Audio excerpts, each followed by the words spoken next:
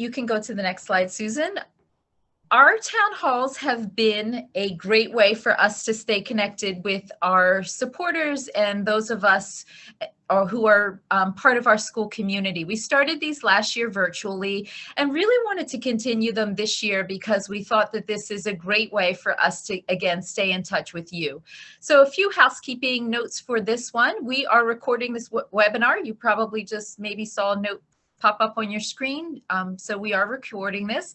We ask that you stay on mute and that you could put questions in the Q&A box, or we're happy to take questions at the end. We do have someone monitoring questions as we go along, so if something comes up, feel free to put it in the Q&A box. You can go to the next slide. So if you don't know me, I'm so happy you're here today. I am Beth Reaves. I'm the president of Washington School for Girls, and I'm really excited to have Miss Tracy Johnson join us.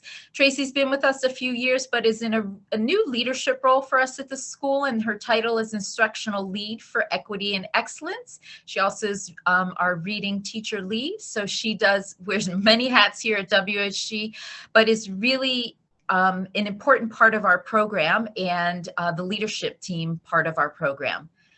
You can go to the next slide. And so today, I thought that I would focus us really around two areas. One is just giving you an update on where we are. We are back to school, and I'm excited, and we are back on campus. So I'm really excited to share that. But then I really wanted to think about, over the course of this year, focusing in on aspects of WSG that are particularly unique and different and really special to us. It's kind of like what's the special sauce at WSG? So one of those aspects is our pedagogy. And so Tracy is going to talk about that for today. Next slide.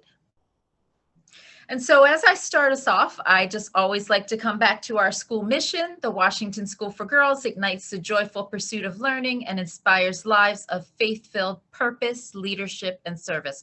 We always come back to our mission, and it's been a really helpful North Star for us in particular over these past 18 months, I would say, as we navigated through the pandemic and tried to make decisions on behalf of the school and our students and our families.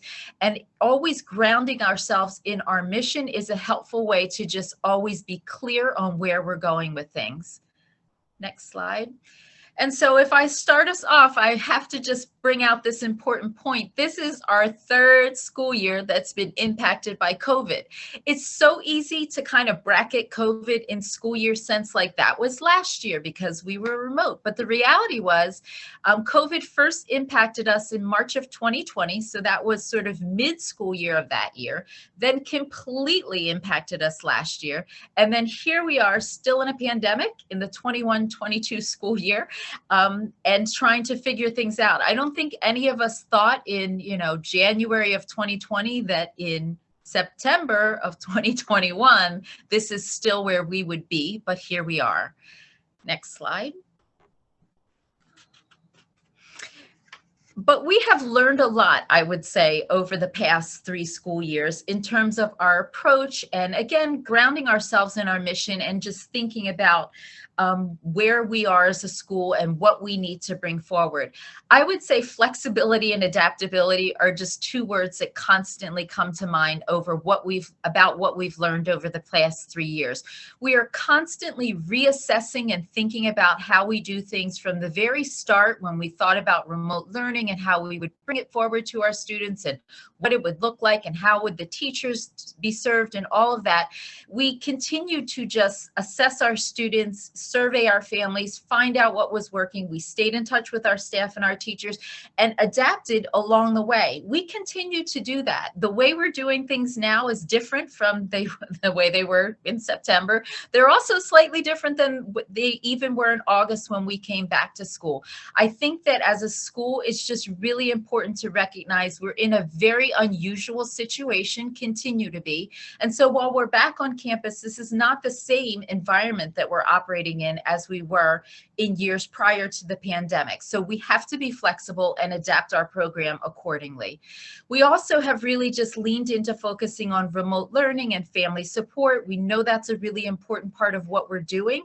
It continues to be really important, recognizing that our students need to have a strong circle around them, both of technological capabilities so that they can actually log in no matter what, but also the adults and the community that surrounds them. We partner with them to make sure the student is well supported.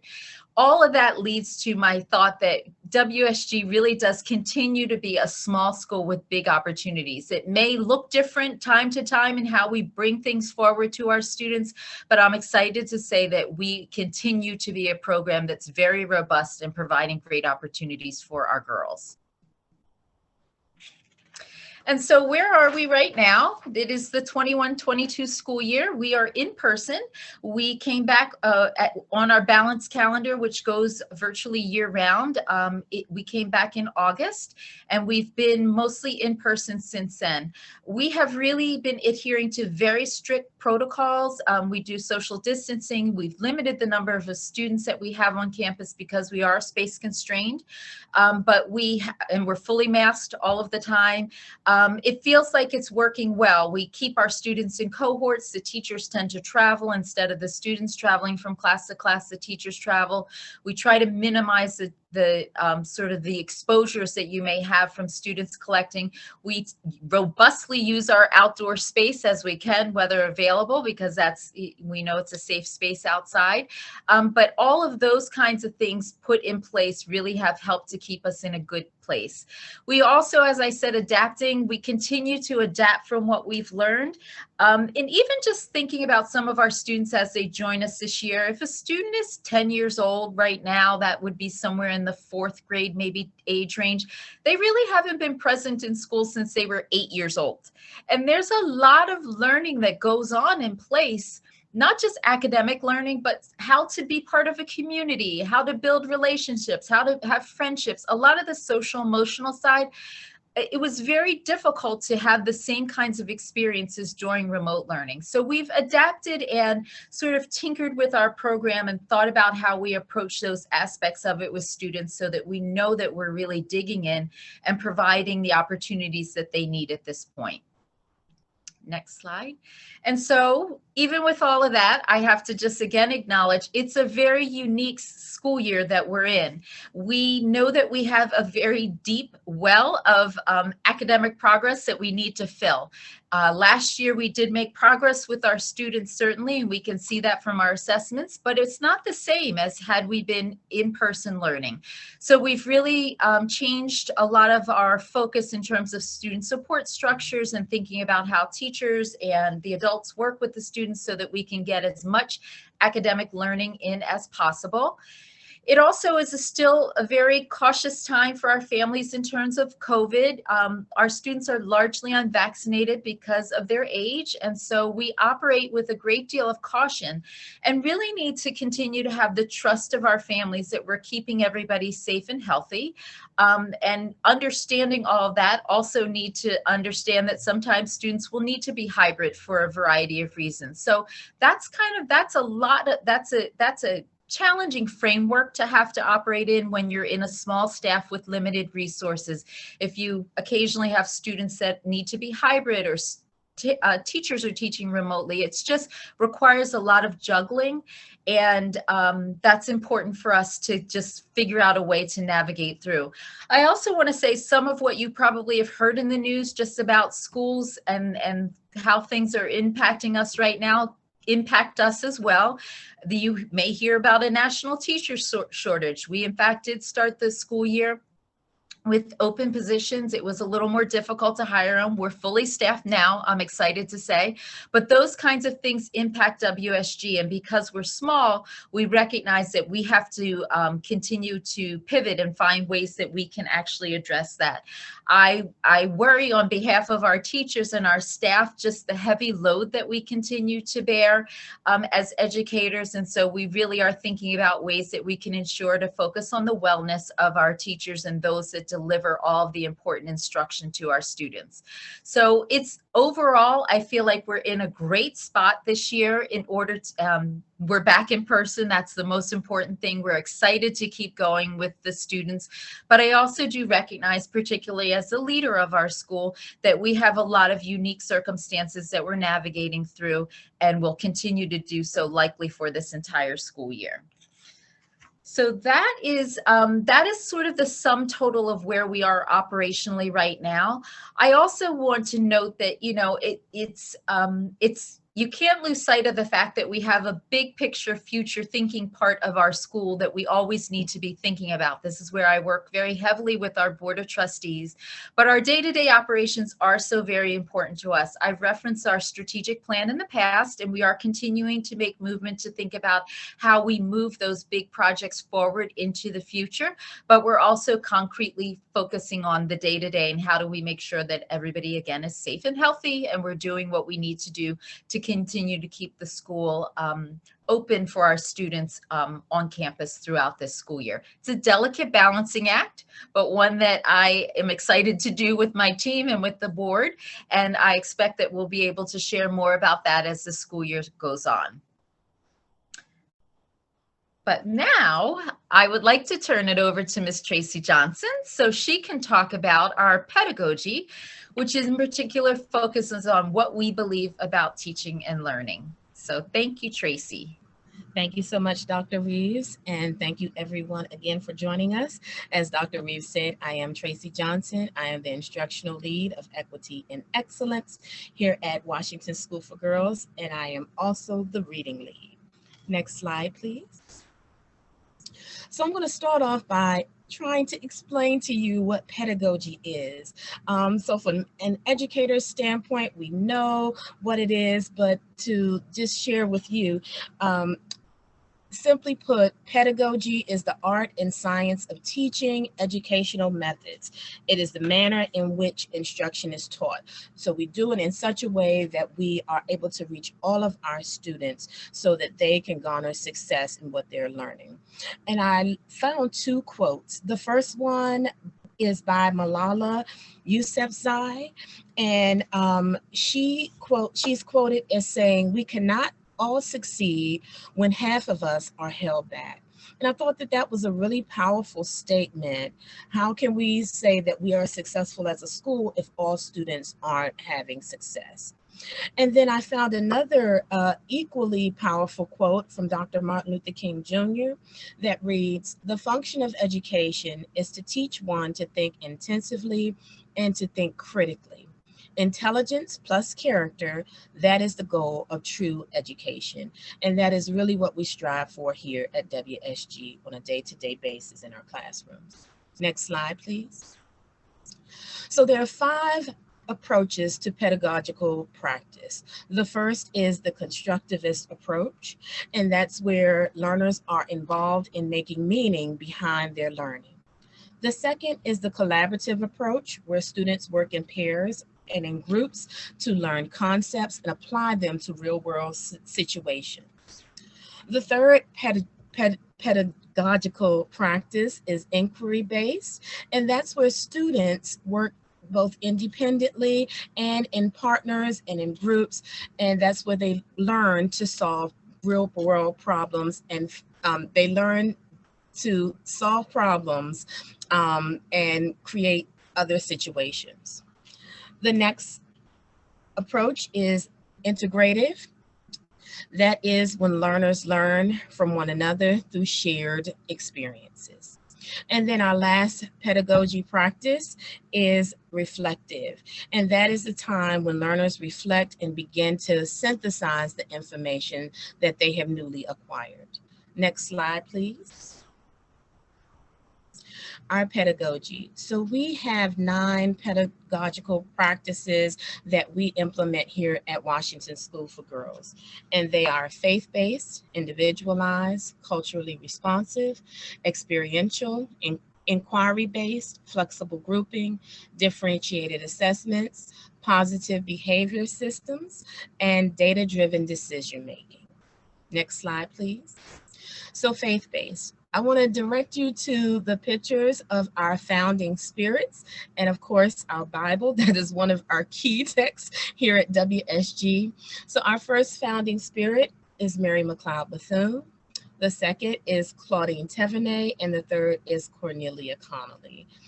And so as a part of the faith-based pedagogy, we lead our students every morning in prayer. Religion classes and service learning are also a part of the curriculum here. We come together between the 2 campuses to celebrate Mass, and we were so elated to be able to celebrate in person again this year. We also teach students empathy, understanding, and restorative practices. And just to tell you a little bit about that, that is when students are encouraged to take ownership of the things that they may do that may not always align with the expectations of the school. And so with that, we want to take those things and turn it into a more positive situation.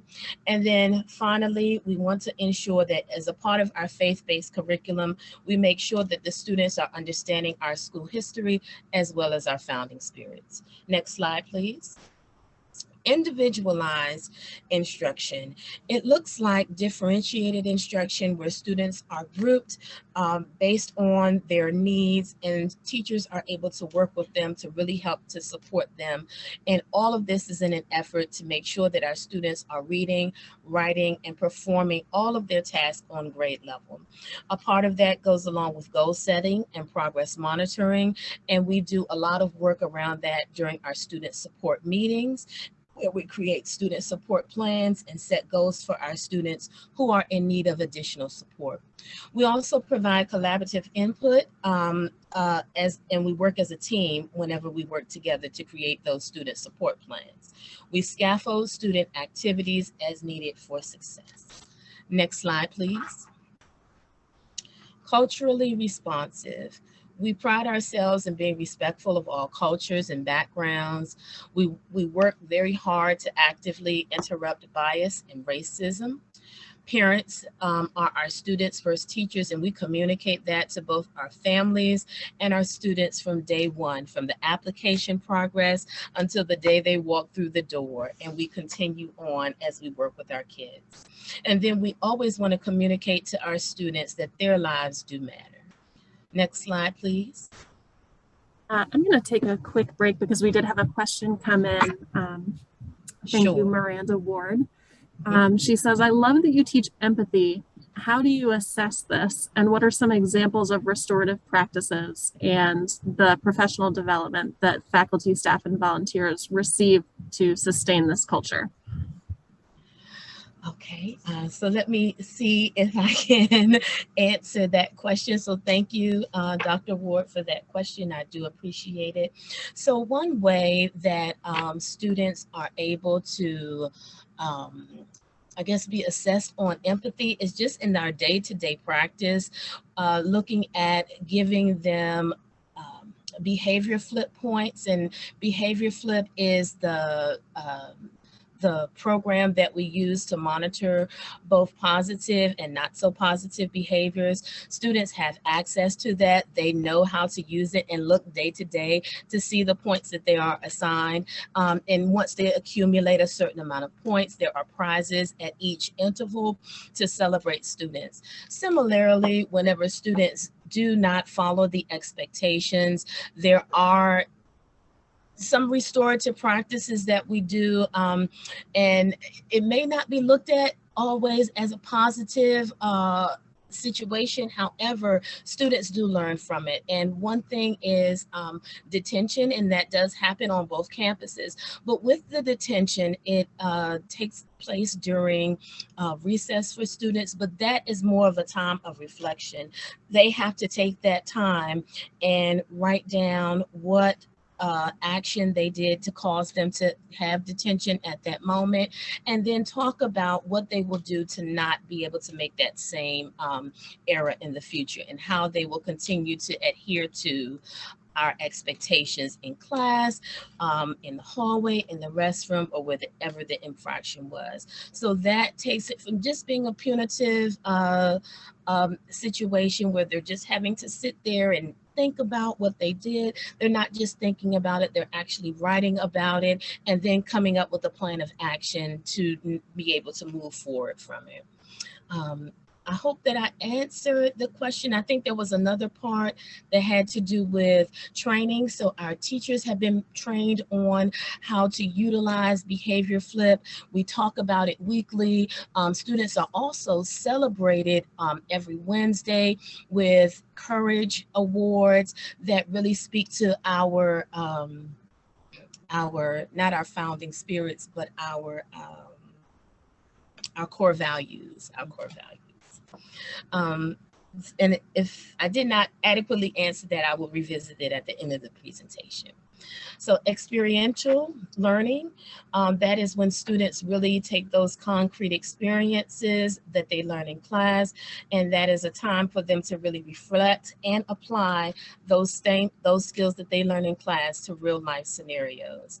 They experience through observing, encouraging, and questioning one another, and students also learn problem solving, and that's where a lot of that critical thinking happens. Next slide, please. Inquiry-based students, and we have one of our, I think she's in 8th grade now. We have one of our 8th graders showing what it looks like in class, and it looks like them raising their hand, asking those higher order thinking questions from Webb's depth of knowledge or Bloom's taxonomy. And it really serves to challenge the students' thinking, so it's not just at surface level. We also provide time and space for students to be able to analyze and really synthesize that information and make meaning of it. Next slide, please. Flexible grouping. So as you see, we have our 3rd grade students with their teacher taking some time to really study those founding spirits. Those are photographs of the founding spirits, the same ones that you guys saw at the beginning of this presentation. That is what they're looking at. So they're doing some research to learn more about those founding spirits, but this is an example of what flexible grouping does look like. At times, those groups do change, especially in math, depending on the skill that they're learning. Sometimes from day to day, they may be proficient in one and need more support in the other. So those groups really change time after time. And then for reading, it looks a little more fixed because students are grouped based on their reading levels, and the teacher and students work together to use those reading strategies to become more proficient readers. Next slide, please. Differentiated assessments, and that word differentiated, you see the word different right in there. So that means that we give our assessments in different ways. Some are paper pencils, some are done on the computer, some may look like students complete a writing portfolio through the course of the year. Some students last year did quite a bit with those students who had struggles being able to type. They were able to verbally provide answers to their assessments to their teachers on some occasions. Next slide, please. So as I mentioned before, the positive behavior system that we currently utilize is called behavior flip. All around the building, on the elementary and middle school campus, students have reminders of what the school expectations are. They're also posted in all the classes. So expectations are clearly communicated to our girls. We use those school-wide positive interventions by giving those points, by giving treats to kids. And the treats can also look like Fun Friday, where they can play Kahoot. It's education-based as well. And sometimes for a treat, they are able to watch movies and things like that. So just various types of rewards to let the students know that, yes, although you are expected to do what you're supposed to do, we really want to take some time to acknowledge that you're doing a great job at doing that. And then continue with positive praise. A little praise goes a long way. Next slide, please. Data-driven decision-making. We take our data from MAP and from our curriculum and just from everything we do, from student work, student responses, and we take that information to make our decisions to inform our instruction. So we look at student outcomes and monitor progress based on their progress with their data. Lessons are adjusted to meet the needs of students, and we also track individual student progress. Next slide, please. So what do we mean by instructional equity? I want you just to take a few seconds to look at the graphics in front of you. So on the left-hand side, we see an example of equity. And what makes this an equitable practice is that all the students have the exact same size crate to stand on to be able to see over the fence to watch the baseball game. Well, for 2 students, that works out pretty well. But that speaks to equality because all the students have the same level of crates, but the equity part is not there for that 3rd student who has on the purple shirt because he's too small. So now if you look on the equity side, we have still provided everything for all of the students now to be successful. So for this taller student, he or she does not need the box at all. He can see perfectly fine just being able to stand up straight and look over the fence. For the 2nd student, they do need that step up, so to speak, but for that 3rd student, they need 2 steps. And that is one of the best visuals that I've seen that kind of explains the difference between equality versus equity. Next slide, please. So instructional equity. I'm not going to read the entire section. I'm just going to focus on the first 2. So instructional equity is the belief that all students deserve instruction of the highest quality, no matter what their reading or math abilities are. All students have that same high level of expectation. We have that for every student that walks through our doors. But equitable classrooms reflect inclusivity, culturally responsive teaching practices that build unique experiences for all of our students. Next slide, please. Instructional equity in the classroom looks like understanding students' learning styles and providing lessons that are specific to the environment and their learning styles. In the beginning of my portion of the presentation, I talked about those 5 pedagogical practices, and so this really speaks to those. Multiple options to showcase knowledge, and I talked about that a little bit in terms of how students are able to provide different types of assessment responses. And then a variety of ways for students to answer questions and complete tasks. It's not all paper pencil. Similarly, it's not all computer-based either. I think that we have a good blend of both. And one thing I want to point out is that for all of our curricula this year, our students have access to the digital version and the print version. So we have textbooks, real life textbooks, and those same documents are on the computer for them as well. Next slide, please. So looking at the pursuit of educational equity, we like graphics around here, as you can see.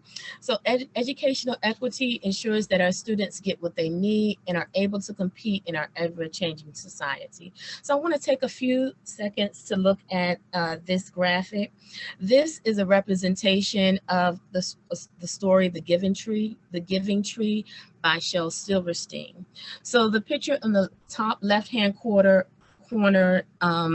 represents inequality, and it represents that because the student on the left is able to get the apple, the tree is leaning toward him or her so that the apple just falls right down for it. But for the other student, there aren't very many apples there. It's not leaning toward, so they have no way of being able to get an apple.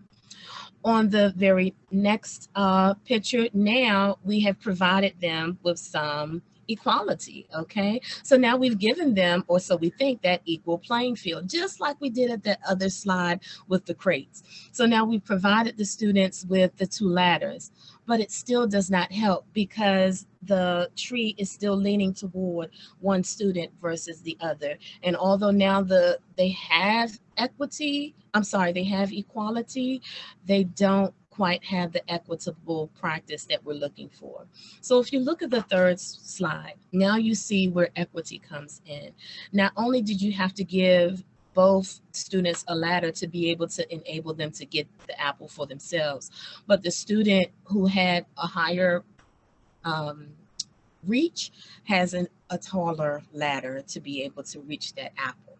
And so now for our fourth slide here, we see that this represents justice. So both of them now have the same size ladder, but the justice comes in where we have a support on the right-hand side of the tree that is pulling it with, if you see the two little ropes there, it's pulling it to straighten it. And then we also have two other supports on the left-hand side that do the same thing. So now it is equal for both parties to have the same thing at the same time.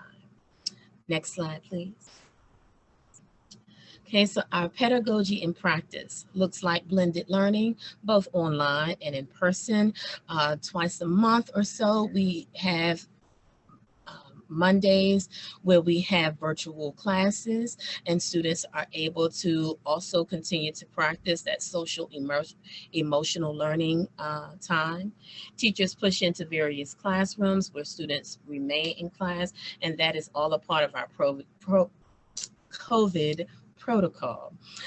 Within the COVID protocol, flexible seating and use of space, we had to get very creative to be able to continue to maintain that distance for students. Teachers use creative methods to provide equity and instruction. Books are assigned to students based on their reading and instructional levels. Next slide, please. So scaffolding, the ladder from the previous slide that we just saw with the giving tree. So a large part of our support comes from our student support team and the structure that we have. It focuses on the individual child, and then it moves towards having those children in small groups working together, lesson plans that reflect differentiation to meet the individual need of each student in that class. And during that time, standards stay the same. They are never lowered. The only thing that is different are the types of the activities where students are completing. Because we want, in all practices, we want to make sure that our students are as independent as possible. We know that we are here as educators and we want to provide students with all that they need, but we also want to facilitate in a way that we allow them that independence to be able to do these things on our own. And we really want to meet students where they are. Next slide, please. So this is a photo of me pre-pandemic with a group of students. Before I had the lead of the title of Instructional Lead of Equity and Excellence, I was the reading specialist here at WSG. So this is me working with one of our intervention programs, LLI, and that serves to really work to help students who are struggling readers to bring them up to grade level. And so you see an example of all that I just talked about working right here. Next slide, please. So I'd like to close with our pedagogy statement, and I think that this is a wonderful summation of everything that Beth and I just shared today. So Washington School for Girls is a Catholic school. We believe that every child has the capacity to learn and grow. WSG's curriculum develops young female leaders by encouraging students' voices and recognizing the individual gifts, talents, and potential of each student. Our curriculum is faith-based, individualized, and culturally responsive. It includes aspects of experiential and inquiry-based learning, as well as the philosophical teachings of service learning. We use a methodology which adapts and changes to the individual needs of each student. This includes flexible grouping and opportunities for increased support on an as-needed basis. Assessments are used to gather data to help measure student growth and inform future instruction. The use of differentiated assessments encourages students to show what they know. We consider the community of educators who have an impact on the learning of our students to include teachers, staff, and families. At school, we strive to create a culture which is student-centered and responsive to the social emotional growth of each student. We use positive behavior management systems with a goal of creating young women who are able to make positive decisions for themselves. We challenge all students to take responsibility, persevere in the face of adversity, and demonstrate personal growth. Thank you all for your time. Now, do I have any additional questions? Yes, we had a question come in while we were talking about student support, but I knew we were right at the end of the presentation. So I wanted to give you a minute to clear that out. But Gail asked, what kind of support do you provide to those students who are not performing at their expected levels of academic success? So some maybe examples of what that support looks like. Okay, excellent question. Thank you for that. And so support for us is tiered. Tier 1 students, those are students who about 80% of our population at any given time, whatever lesson we're teaching, those students are right there. They're able to understand and really are set to work to be able to complete any task that they have been given. For tier 2 support, that looks like small groups, and that happens in the classroom. And so students are grouped based on, for math, it is based on student need, based on the skill or domain that is taught for the day. So from day to day, groups may look different. That's more of our flexible grouping. And teachers work with students in pairs or in small groups, usually no more than about 4 students.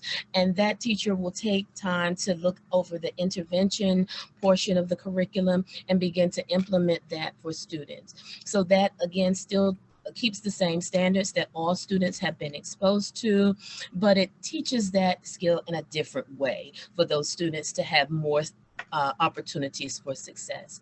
And then our tier 3 students, those are our students who need the greatest level of support. So they will have that tier 1 support, which everybody gets in the class. They will also have the tier 2 support where they're working in small groups with their teachers. And then in addition, some of those students, those tier 3 students, are pulled out to work with support staff who are working with students to work on one-to-one or no more than 3 students per teacher for intervention practices. And we have curriculum for reading that includes LLI. It also includes phonics boost. And I think I'm sure I'm leaving off something. In addition to that, though, our curriculum, which is benchmark literacy, has that tiered instruction as well. So for every level, your tier 1, your tier 2, your tier 3, there are ways that you can reteach those students who need additional support. We also meet with our student support team on a regular basis. A couple of times a month, and that is a time where we look at student support plans. We create goals for those students for reading, math, for executive functioning, or whatever the need is, and we work with the teachers and the students as well as the support staff to support those students to work towards those goals. Those goals ultimately work towards creating a student who is as most independent as she can be based on the supports that were given. Wonderful. And I have a couple of more questions coming your way. Genevieve, thank you for joining us, asked if you could speak to learning loss or the lack thereof during the pandemic. How often were the students tested? And she also says, thank you for the excellent presentation. Thank you so much for that. So assessments last year looked more like what teachers did in the classroom to follow along with the curriculum. I can speak personally from experience. I taught 4th and 5th grade reading for students, and I went right along with my curriculum. Students were able to take their assessments online. At that point, there was really that only option, but it was already embedded within the curriculum, and the same for math as well. Some other teachers created tests and quizzes based on what they were able to cover. But for me and for the reading and for the math, they were still pretty much able to give those assessments. Now, some teachers may have adjusted them by not having as many questions. If certain material was not covered, then that was omitted and not factored in, but students were indeed assessed, just using the basic curriculum that we have always used. Tracy, I wonder if you can just give a brief overview of how map testing worked during the time, like the higher level assessment across the whole school. Okay, yes. And so please forgive me because I don't remember how many we gave. I don't think that we gave the traditional 3, but whenever students were tested, I know that we did one in May of 2021. So when students were tested, it was very unique, but all students tested based on the protocols. So one of the protocols was that they had to be in a space where they were able to sit, preferably at a table, where they were in a space where they were free of distractions. They had to have their cameras on, they had to be muted, and they cut down their sound. A part of that also, we have a program called Go Guardian, where we're able to monitor the student screens. So the student screens were only able to be in that testing mode. Students had the same amount of time as they normally would, which we allot 2 hours with a break in between. And students were really able to keep up with that. I don't know, I wish I could answer the question of whether or not students had that a preference, doing it at home versus being back in school and doing it. But the plus is that they were already used to doing it on the computer. That has always been how the map testing has been administered. So a unique situation, but it was indeed doable, and we did see some growth with our students. Wonderful. And the MAP assessment also is, we get a lot of great data because a number of different school systems across the country use the MAP assessment. So, not as prolific as the SAT, but really a lot of great comparative data that I know our teachers particularly. We just did MAP testing last week, I think, for the fall baseline. So a lot of data, really coming forward from that shortly as we continue to analyze that. Yes, and we'll be doing some of that work on Monday whenever we have our virtual day. So we're going to be looking at some data and eventually looking at comparative data from May of 2021, looking at what we did just this past week or so. We still have a couple of students who need to finish, but we are really data driven.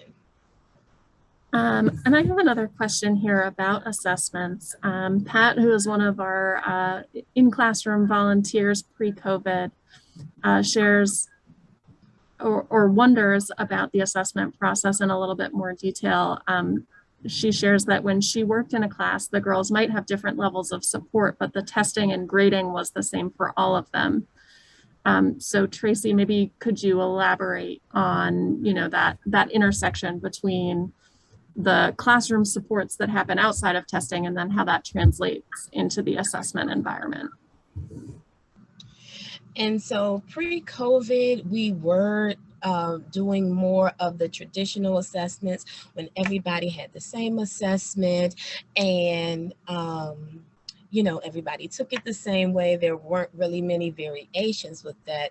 Either it was done paper, pencil, or on the computer. But last year, during the height of COVID, whenever we were learning from home, it really showed us that we needed to be more open-minded in the way that we were able to give assessments and know that students, it's not just one way that students can show mastery of material.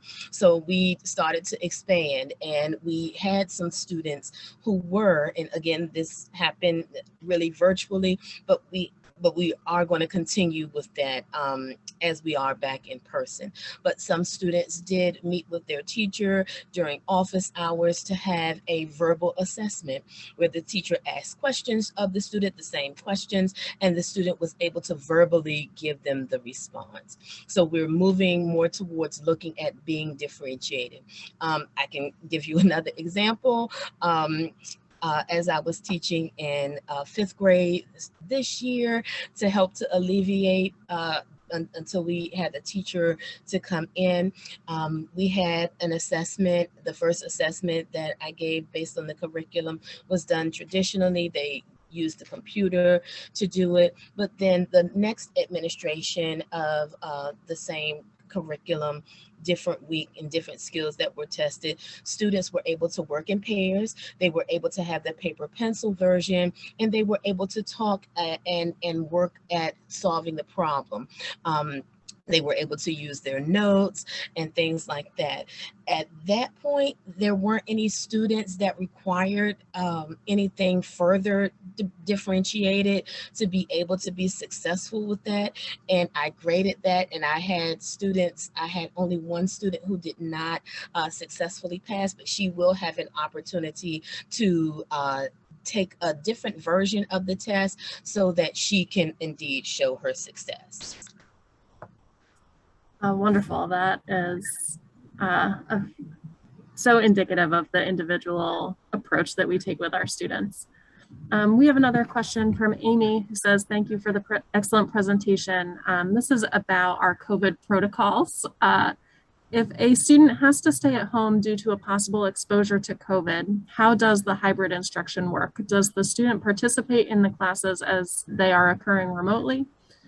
Or does a teacher work directly with the student separately? Both.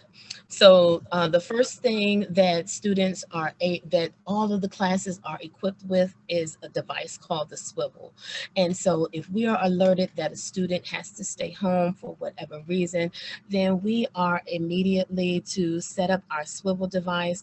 And that swivel device is attached to, an iPad is attached to the device.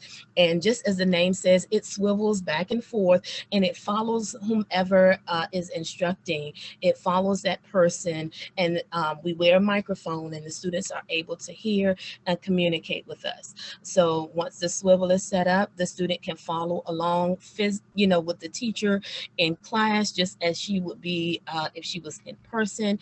And all of our work is posted to Google Classroom, so students don't have to worry about having to try to catch up on anything missed, because everything is already available to them electronically. And that takes place across both campuses and for all classes. Okay, that is the end of our questions. So certainly we'll leave that open for another minute or so. But Beth, wondering if you have some closing comments or anything to add from our questions. Well, first of all, thank you so much, Tracy, for doing that deep dive into our pedagogy. Thank you for sharing that out. I want to just say that, our pedagogy statement is a newer thing that we have worked on at WSG. It really came out of our Middle States reaccreditation process that we went through several years ago. And we found that it was really important for us to clearly put on paper all the different pieces of WSG, what we believe about teaching and learning. So I think Tracy did a fabulous job of explaining all the different components, but it's taken us, we've been on a journey to really do a deep dive collectively into each one of those aspects so that we do have common understanding about what our academic experience looks like at WSG. I thought it was a good thing for us to focus on as we start off this school year, because I know that sometimes people wonder, or they have misconceptions about what it means to be a school. You think that maybe teachers just show up and they pull out a book and they open up to page 4 and teach all 25 students in front of them the same thing, but it is not. It is much more of an art. And there's so much thinking and work that goes into the preparation and the planning and creating the infrastructure, but also making sure that all the teachers have the resources and the understanding and the commitment to delivering our program in the way that really serves our students well. So I thought that it would be interesting for you to kind of take a peek behind the curtain and see what things look like at WSG, because you are great supporters of our school, and also to understand when you do support our school, what all goes into us making things come alive for our students every day. So I don't have anything further, except for I really appreciate anybody that showed up and stuck with us and is here with us this afternoon. Huge thank you again to Tracy for doing this with me and fielding all of the difficult questions academically. I appreciate that. Is there anything else, Susan, that you think I should cover? I don't think so. We had one question that was asking if the presentation would be available to be shared with people who couldn't be on the call. And I said, yes, we'll be sharing that out in the next few business days to all of you and to folks who were not able to be here. So you can keep an eye out for that. If there's anyone you think might be really interested in this, we would, love for you to share it. And if they have any questions, always happy to have a conversation with new friends of the school. Yes. Thank you. Thank you all so much. And thank you for those great questions.